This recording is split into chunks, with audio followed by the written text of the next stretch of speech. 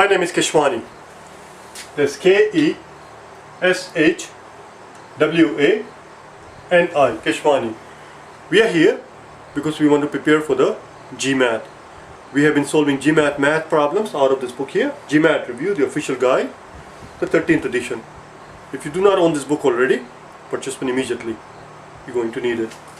The problem that we are about to solve is the one that you will find on page number 174. The very first problem on page 174, problem number 155. And today is our lesson number 171. In problem number 155, it says, if y is the smallest positive integer such that 3150 multiplied by y is the square of an integer, is equal to the square of an integer. The question is, what's the smallest value of y which makes this thing true? What is the smallest value of y that we can find such that 3150 times that quantity will become a square of an integer? What does it mean for a number to be a square of an integer? A square of, for example, 36 can be written as a square of an integer. 36 can be written as a square of an integer. It can be written as 6 squared. 100 can be written as a square of an integer. 10 squared. 144 can be written as a square of an integer. 12 squared. So what does it mean when we say this quantity is a square of an integer? That's a very awkward way of saying that this quantity, let's give this integer a name. Let's give this guy a name. Let's call it z. So what they're telling us here is 3150 times y happens to equal to z squared, which is another way of saying that 3150 times y, this quantity, is a perfect square. It's a perfect square. 36 is a perfect square because it can be written as square of another integer. 100 is a perfect square because it can be written as a square of an integer. 144 is a perfect square, and similarly this quantity 3150 times y is a perfect square because we are being told that this quantity can be written as a square of an integer. Our job is to find the smallest value of y which will make this thing true. Let's find out then.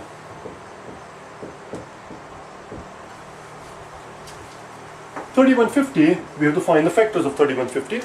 That's the very first thing we have to do. 3150, if you were to try to find the factor of 3150 by itself, it's a very large number and it will be a little cumbersome. Let's break it up. Let's break it up into two small steps. Let's break it up into 10 and 315. What are the factors of 315? 315 can be divided by 3 because 3 plus 1 is 4, 4 plus 5 is 9. 9 can be divided by 3 since the sum of the digits is divisible by 3, therefore 315 is divisible by 3, to say nothing of the fact that 300 divides evenly into 3 and so does 15. It's very simple. So let's divide by 3. So we get 1, 0.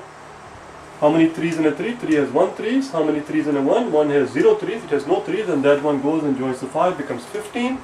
How many 3's in a 15? It has 5 3's.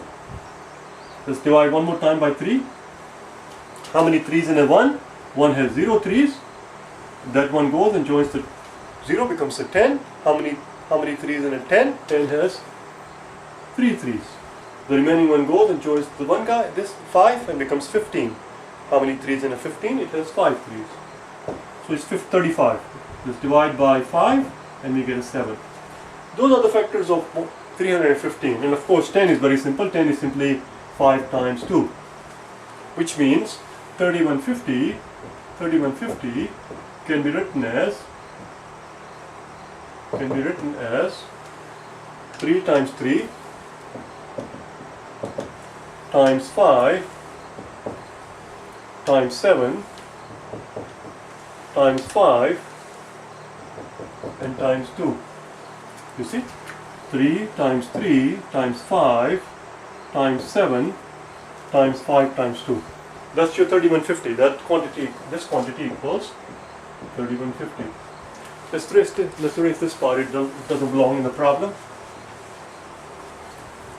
Question is, what is the smallest number that we can multiply this quantity by to make it a perfect square? Well, that's very straightforward. 3 times 3 is already a perfect square, so this is 3 squared. 5, we have a 5 and a 5, so that's a 5 squared. Here we see a 7 and here we see a 2, that's a 14.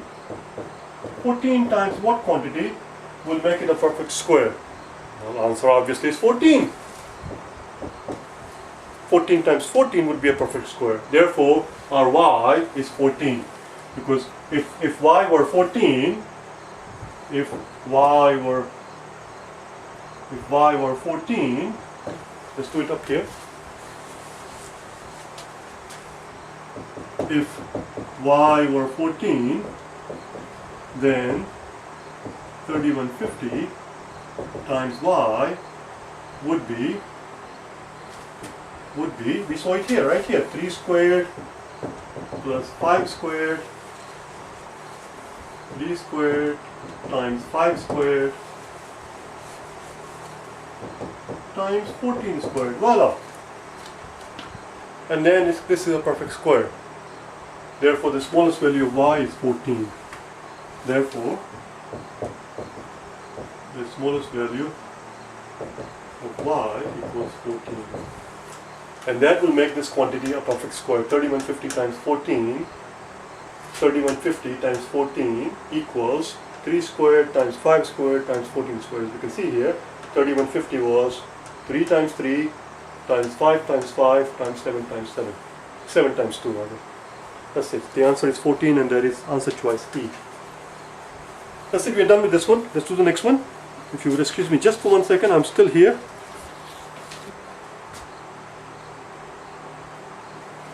Let's do the next one.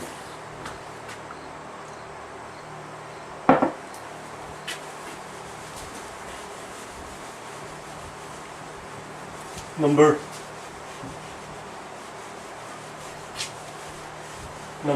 one more than the last one. 156. An interesting vocabulary word comes to my mind, and I'm not sure if we have actually learned it in our vocabulary lessons or not, but since it comes to my mind, I'll share with you. The word what I just used was tautology. What is a tautology? Tautologies are very annoying. Tautologies are very annoying because they don't really tell you anything. Tautologies are something that are true by definition. So when somebody states a tautology, the person who's stating a tautology can never ever be wrong. They are always right, and at the same time they have told you absolutely nothing. Like I just did. After I erased the number, I could not even remember what the number was. So I said, just now I said, let's do the next one. Number, and of course I had no idea what the number was because I had erased the previous number. So I said one more than the last one, which was a tautology because it doesn't really tell you anything. Obviously one more than the last one by definition. That's the tautology. 156. In case you're curious about what I was just talking about, what I was babbling about, the vocabulary lessons, just like the math video that you're watching right now, if you're interested in improving your vocabulary, you can go to my channel and look for the vocabulary videos to help you improve your score in the English portion of the exam. That's the idea. Here we are told that this X in a box represents the greatest integer less than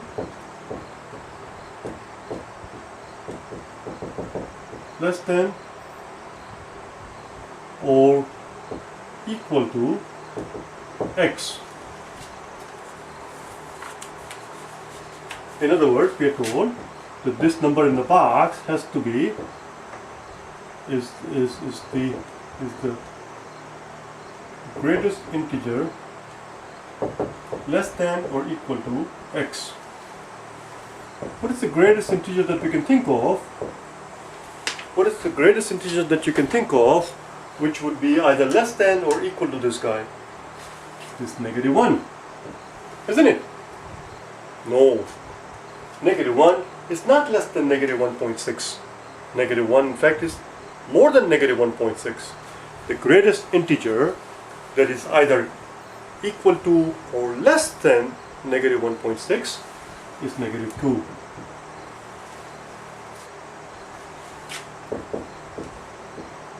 What is the greatest integer that we can think of that's going to be either less than 3.4 or equal to 3.4? That's 3. Positive 3. In finally, what is the greatest integer that we can think of? That is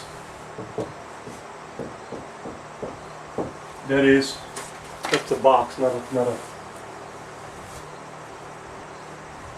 That is less than or equal to 2.7, and of course that will be 3. Again, it would not be 3. 3 is for those people who are not paying attention and they think that this question has to do with rounding. We're not rounding it up or down, or actually we're rounding it down here. Here we have to round it down because it cannot go over it. Whatever the number that appears in the box, we cannot go over it. We can be equal to it. For example, in the box, if you see 100, 100 is just 100. Just the greatest integer that you can think of that is equal to or less than 100 is 100. In other words, we cannot go over it. We can go up to it. But on the other hand, 100.99999 is also 100. It's not 101. The greatest integer that we can think of that is either less than or equal to, less than 10.99999 or equal to 100.999 is 100, not 101. So this is wrong. 2.7 will become 2. And that's it, we're done. That's our answer. So what we find here is that we have a positive 2 here, we have a negative 2 here, positive 2 and negative 2 are going to cancel each other out, and the answer is 3. And that answer is A. That's it. We're done. I will see you tomorrow, okay? Bye now.